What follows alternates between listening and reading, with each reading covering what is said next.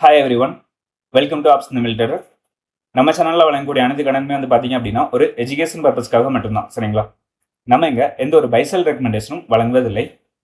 Okay, so இன்னைக்கு market வந்து ஒரு கேப் அப் மார்க்கெட்டாக செஞ்சிருக்கிறாங்க. ஓப்பன் அப்படின்றது கொடுத்துருக்காங்க அரௌண்ட் 24,100 அந்த ரேஞ்சில்.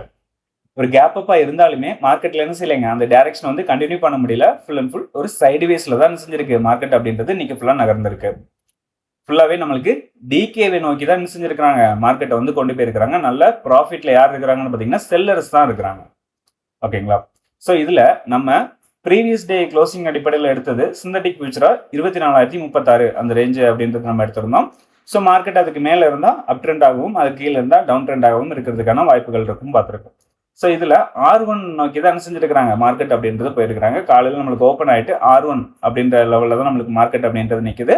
R1க்கு மேலே என்ன செய்யலைங்க, நிலை பெற முடியல. அதுலேயே தான் நம்மளுக்கு வந்து ஒரு சைடுவேஸாக தான் போயிருக்கிறாங்க. R1க்கு கீழே தான் வந்து நம்மளுக்கு என்ன செஞ்சிருக்கிறாங்க, க்ளோசிங்கும் வந்து கொடுத்துருக்கு. ஓப்பன் பிலோ தான் இன்னைக்கு க்ளோசிங் மார்க்கெட் அப்படின்றது கொடுத்துருக்குறாங்க. ஸோ இதில் நீங்கள் இந்த இதில் பார்த்தீங்க அப்படின்னா தெரியும், இது வந்து நம்மளுக்கு ப்ரீவியஸ் க்ளோசிங் அடிப்படையில் வர்ற ஸ்ட்ராடல் அண்ட் ஸ்ட்ராங்கல். ஓகேங்களா? ஸோ இது பார்த்தீங்க அப்படின்னா ஸ்ட்ராங்கிள் வந்து நம்ம எடுத்திருக்கோம். இதுல கால் ஆப்ஷன்ல நம்மளுக்கு 14 பாயிண்ட்டும் புட் ஆப்ஷன்ல 53 பாயிண்ட்டும் என்ன செஞ்சிருக்காங்க, ப்ராஃபிட் அப்படின்றது கொடுத்துருக்காங்க. அரௌண்ட் நம்மளுக்கு டோட்டல் 68 பாயிண்ட் வந்து நம்மளுக்கு செல்லர்ஸ் அப்படின்றவங்க ப்ராஃபிட்ல இருக்கிறாங்க. சரிங்களா? இதுல கால் ஆப்ஷனும் புட் ஆப்ஷன்லயும் என்ன செய்யறாங்க, ப்ராஃபிட்ல தான் இருக்கிறாங்க. இது வந்து ஸ்ட்ராங்கிள், அதாவது ஓடிஎம் ஸ்ட்ரைக்ல செல் அடிச்சவங்க. சரியா?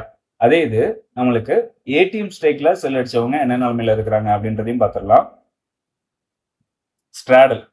ஓகேங்களா? ஸ்ட்ராடல்ல பாத்தீங்கன்னா நம்மளுக்கு 71 பாயிண்ட் வந்து டோட்டலா ப்ராஃபிட்ல இருக்கிறாங்க. கால் சைடு வந்து 1 பாயிண்ட் லாஸ்லயும், புட் ஆப்ஷன்ல வந்து பாத்தீங்க அப்படின்னா 72 பாயிண்ட் ப்ராஃபிட்லயும் இருக்கிறாங்க.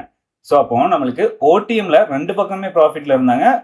ஏடிஎம்ல வந்து பாத்தீங்க அப்படின்னா ஒரு பக்கம் வந்து ப்ராஃபிட்ல இருக்காங்க. ஏன் அப்படின்னா நம்மளுக்கு ஓப்பன் அப்படின்றதே 24,100க்கு மேல தான் ஓப்பன் ஆச்சு. அதே மாதிரி க்ளோசிங் அரௌண்ட் 24,100 அந்த ரேஞ்சில் தான் க்ளோசிங் கொடுத்துருக்காங்க. சரியா? அப்போ நம்மளுக்கு ஒரு 50 பாயிண்ட் நம்ம ப்ரீவியஸ் டேல ஏடிஎம் ஸ்ட்ரைக் என்ன எடுத்திருந்தோம் அப்படின்னு பார்த்தீங்கன்னா 24,050 அப்படின்றத நம்ம எடுத்திருந்தோம். ஸோ அந்த ஸ்ட்ரைக்ல செல் அடிச்சவங்க இந்த நிலைமையில தான் இருப்பாங்க அப்படின்றத காட்டுறது தான் இந்த இண்டிகேட்டர். ஓகேங்களா? அதே மாதிரி நம்மளுக்கு காலையில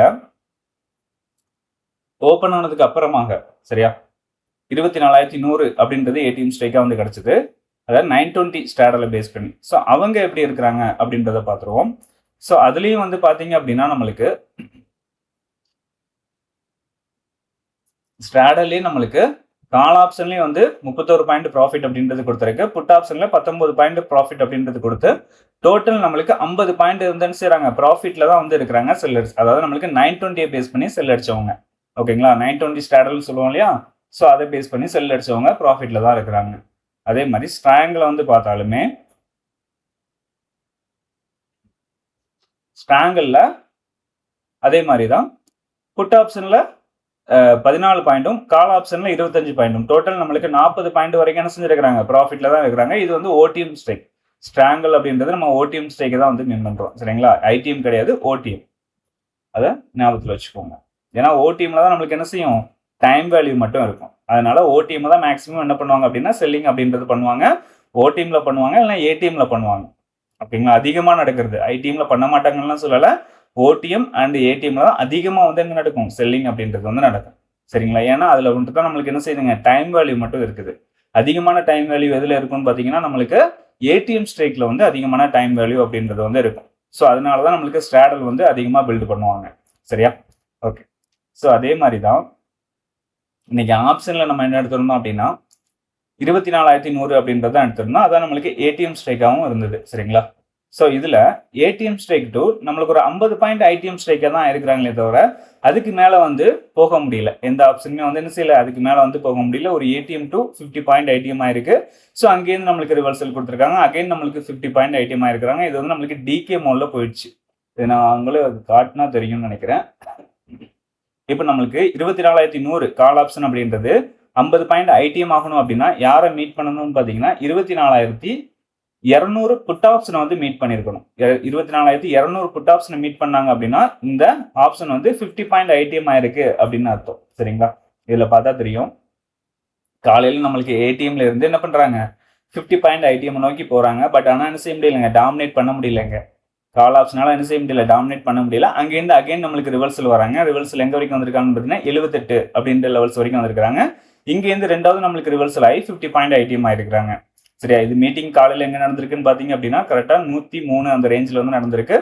அகைன் நம்மளுக்கு ஈவினிங் வந்து பார்த்தீங்க அப்படின்னா கரெக்டாக ஒரு 94 அப்படின்ற இடத்துக்கு வந்துட்டாங்க. அப்போ நம்மளுக்கு நல்ல டிகே அப்படின்றது வந்து நடந்திருக்கு இங்க. சரிங்களா, ஸோ இதை நீங்க தெளிவாக வந்து கவனிக்கணும். இந்த மாதிரி மார்க்கெட்ல வந்து ஆப்ஷன் பையிங் வந்து ரொம்ப ரொம்ப ரிஸ்கா வந்து இருக்கும். சரிங்களா, ஆப்ஷன் பையிங் வந்து ரொம்ப ரிஸ்கா இருக்கும். கொஞ்சம் கேர்ஃபுல்லா வந்து பாருங்க. சரியா, ஆப்ஷன் பையிங் பண்றவங்களா இருந்தீங்க அப்படின்னா கொஞ்சம் கேர்ஃபுல்லா வந்து பார்த்துக்கோங்க. இந்த மாதிரி இதெல்லாம் நீங்க பார்த்தீங்கன்னா தான் உங்களுக்கு புரிய வரும். சரியா, இதுல நீங்க ஆப்ஷன் பையரா இருந்தீங்க அப்படின்னாலும் நீங்க பை பண்ண இடத்துல இருந்து மார்க்கெட் அப்படின்றது கீழே வந்துடும். ஆனா அங்க இண்டெக்ஸ் வந்து பாத்தீங்க அப்படின்னா நீங்க பை பண்ண இடத்துக்கு மேலதான் இருக்கும். ஆனா பிரீமியம் அப்படின்றது இருக்காது. பிரீமியம் வந்து நம்மளுக்கு டிகே ஆகிட்டே இருக்கும் இல்லையா. ஸோ நம்மளுக்கு டிகே டைம்லலாம் வந்து பாத்தீங்கன்னா அதிகமாகவும் டிகே நடக்கிறதுக்கு ஆரம்பிச்சிடும். எக்ஸ்பிரி டேலாம் இந்த மாதிரிலாம் பண்ணக்கூடாது. சரியா, ஸோ எக்ஸ்பிரி டேலாம் வந்து பாத்தீங்கன்னா அதிகமாக வந்து நம்மளுக்கு டிகே நடக்கும். ஸோ அதனால கொஞ்சம் கேர்ஃபுல்லாக வந்து என்ன செய்யுங்க, பார்த்துக்கோங்க. ஓகே, அதனால தான் சொல்றேன், நம்ம எப்பவுமே மீட்டிங் பாயிண்ட் அப்படின்றத பாருங்க. ஒரு ஏடிஎம் ஸ்டேக் அப்படின்றது 50 பாயிண்ட் ஐடிஎம் இருக்கிறாங்களா, அந்த 50 பாயிண்டை கடந்து நம்மளுக்கு போறாங்களா அப்படின்றதெல்லாம் பார்க்கணும். 50 பாயிண்டை கடந்து போனாதான் நம்மளுக்கு 100 பாயிண்ட் ஐடிஎம் ஆகிறதுக்கான வாய்ப்புகளே இருக்கும். அதை கடக்கவே இல்லைன்னா நம்மளுக்கு என்ன ஆகுங்க, அங்கேருந்து நம்மளுக்கு ரிவர்சல் நடந்து ஃபுல் அண்ட் ஃபுல் சைடு வேஸ்லேயே தான் இருக்கும். மேக்ஸிமம் நம்மளுக்கு சைடு வேஸாக இருக்கிற நேரம்லாம் பார்த்தீங்கன்னா 50 பாயிண்ட் போயிருப்பாங்க. ஸோ இதுக்கு அடுத்து 75 பாயிண்ட் அப்படின்னு சொல்லிட்டு நம்ம இதுக்கு அடுத்த ஸ்ட்ரைக் ஒன்று பார்த்துருந்தோம் இல்லையா. இப்போ 24,200 எடுத்திருக்கோமா, 24,250 நீங்க போட்டீங்க அப்படின்னா இது வந்து ஒரு 75 பாயிண்ட் அந்த ரேஞ்சுக்கு வந்து போவாங்க. அதை கடந்தாதான் நம்மளுக்கு 100 பாயிண்டே போகும் இல்லையா. ஸோ அதனால கொஞ்சம் அந்த மீட்டிங் பாயிண்ட் எல்லாம் செக் பண்ணி பாருங்க. ஓகே ஓகே, ஸோ இப்போ நம்ம நாளைக்கு உண்டான மார்க்கெட்டுக்கான லெவல்ஸ் என்ன அப்படின்றத பார்த்துருவோம். ஸோ அதுக்கு நாளைக்கு எக்ஸ்பெரி அப்படின்றதுனால நம்ம என்ன செஞ்சிருக்கோம் அப்படின்னா நெக்ஸ்ட் வீக் எக்ஸ்பெரி தான் எடுக்கிறோம். சரிங்களா, 30 அதான் மந்த்லி எக்ஸ்பெரி இது. ஸோ நெக்ஸ்ட் வீக் எக்ஸ்பெரி தான் எடுத்து நம்ம என்ன செய்ய போகிறோம், ஸ்டாண்டர்ட் ஸ்ட்ராங்கல் லெவல்ஸ் வந்து மார்க் பண்ண போகிறோம். ஸோ இதில் நம்மளுக்கு ஏடிஎம் ஸ்டேக் என்னன்னு பார்த்தீங்கன்னா 24,150 அப்படின்றது நம்மளுக்கு ஏடிஎம் ஸ்டேக்காக இருக்கிறாங்க. அதில் தான் நம்மளுக்கு டிஃப்ரெண்ட் அப்படின்றது கம்மியாக இருக்கிறாங்க. கால் ஆப்ஷன் வந்து பார்த்தீங்க அப்படின்னா 147, புட் ஆப்ஷன் 167 அப்படின்றது இருக்கு. ஸோ அதனால 24,150 நம்ம ஏடிஎம் ஸ்டேக்காக பேஸ் பண்ணி என்ன லெவல்ஸ் வருது அப்படின்றத பார்த்துருவோம்.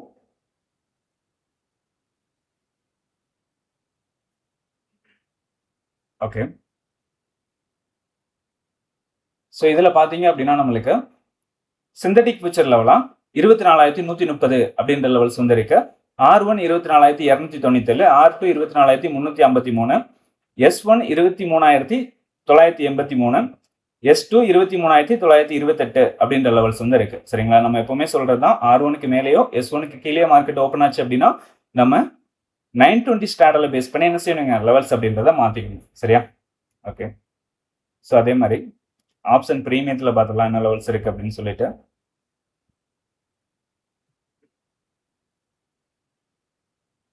ஸோ பிரீமியத்தை பார்க்கும் பொழுது மிட் ரேஞ்சும் வந்து நம்மளுக்கு 157 அப்படின்ற லெவல் வந்து இருக்கு. R1 211, R2 263, R3 316 அப்படின்ற லெவல் இருக்கு.